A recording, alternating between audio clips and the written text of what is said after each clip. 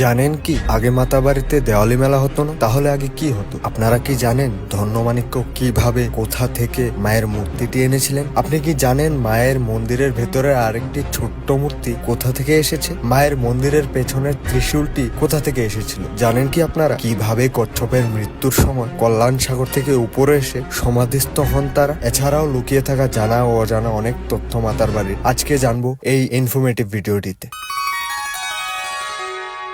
উদয়পুর শহরটি বহু প্রাচীন একটি শহর, একাধারে সরোবর নগরী ও মন্দির নগরী নামেও পরিচিত। আর সব থেকে গুরুত্বপূর্ণ বিষয়, এই শহরেই গড়ে উঠেছে 51 পীঠের এক পীঠস্থান মাতা ত্রিপুরা সুন্দরী দেবীর এই মন্দির, যা এই শহর তথা রাজ্যের ঐতিহ্য বহন করে। মাতা ত্রিপুরা সুন্দরী দেবীর মন্দির তৈরি কিভাবে, কখন, কার হাতে, কোন জায়গায়, তা নিয়ে কৌতূহলী লোকের অভাব নেই। তবে আজ শুরু থেকে শেষ পর্যন্ত জানবো। চলুন, বহু অজানা বিষয় তথ্য প্রকাশিত হবে এই ভিন্ন রুচির ইনফরমেটিভ ভিডিওতে, যা হয়তোবা আগে কেউই জানতো না। কথিত আছে তৎকালীন সময়ে মহারাজা ধন্যমাণিক্য রাজ্য শাসন করতেন। তিনি নাকি বিষ্ণুর উপাসক ছিলেন। তখন তিনি এই জায়গাতেই ভগবান বিষ্ণুর মন্দির বানাতে চেয়েছিলেন। আবার এই জায়গাতেই সতীর ডান পদ পড়েছিল বলে বলা হয়। সালটা 1501 মহারাজা ধন্যমাণিক্য স্বপ্নাদেশ পান এই স্থানেই মায়ের মূর্তি স্থাপন করতে হবে। তখন সেই তৎকালীন বাংলাদেশের পার্বত্য চট্টগ্রাম এলাকা থেকে মায়ের মূর্তিটি আনার প্রক্রিয়া শুরু হয়। তখন নাকি স্বপ্নাদেশে বলা হয়েছিল শুরু থেকে শেষ পর্যন্ত যেখানে গিয়ে সূর্যোদয় হয় সেই জায়গাতেই করতে হবে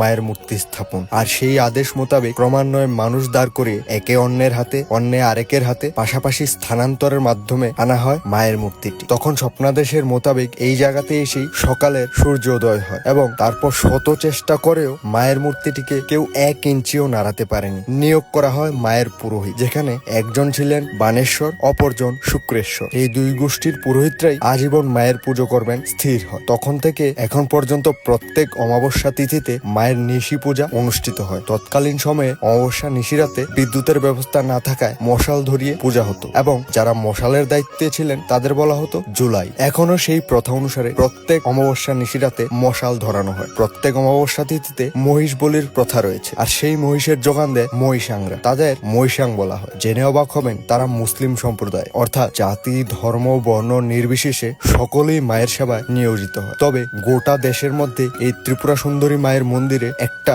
বিশেষ বৈশিষ্ট্য রয়েছে। শুধুমাত্র এই মন্দিরেই যে কোনো প্রান্ত থেকে কোনো ভক্ত আসুক না কেন, তা কোন ধর্মের লোক জিজ্ঞেস করা হয় না। তারপর 1625 থেকে 1660 পর্যন্ত মহারাজা কল্যাণ মাণিক্য রাজত্ব করতেন। কথিত আছে তখন তিনি স্বপ্নাদেশ পেয়েছিলেন মায়ের পুজোর জন্য জলের অভাব, তাই দিঘি খননের আদেশ পান তিনি। তখনই 1625 থেকে 1660 মধ্যে কোনো এক সময় মায়ের দিঘি খনন করা হয়। তখন মহারাজা কল্যাণ মাণিক্যের নামে এই দিঘির নামকরণ করা হয় কল্যাণ সাগর। আর তখন থেকেই মায়ের দিঘিতে মাছ ও কচ্ছপের ঐতিহ্য বয়ে আসছে। মায়ের মূর্তির পেছনে একটি ত্রিশূল দেখতে পাওয়া যায়, যা সম্পূর্ণ রূপ দিয়ে তৈরি। আর এই ত্রিশূলটি মহারাজা বীর বিক্রম মাণিক্যের দেওয়া। যদিও এখন দীপাবলিতে বেশ জাঁকজমকপূর্ণ ভাবে মেলা বসে মাতাবাড়িতে, কিন্তু আগে মাতাবাড়িতে দীপাবলি মেলা অনুষ্ঠিত হতো না। 1901 সাল থেকে মায়ের মন্দিরে পৌষ সংক্রান্তির পূজা মেলা বসত। তারপর প্রায় 1930 সাল থেকে দীপাবলির মেলা শুরু হয়, এমনটাই কথিত আছে। তবে মায়ের মূল মন্দিরের সামনে নাট মন্দিরটি অনেক পরে তৈরি হয়, আর তা করেছিলেন রাধা কিশোর মাণিক্য।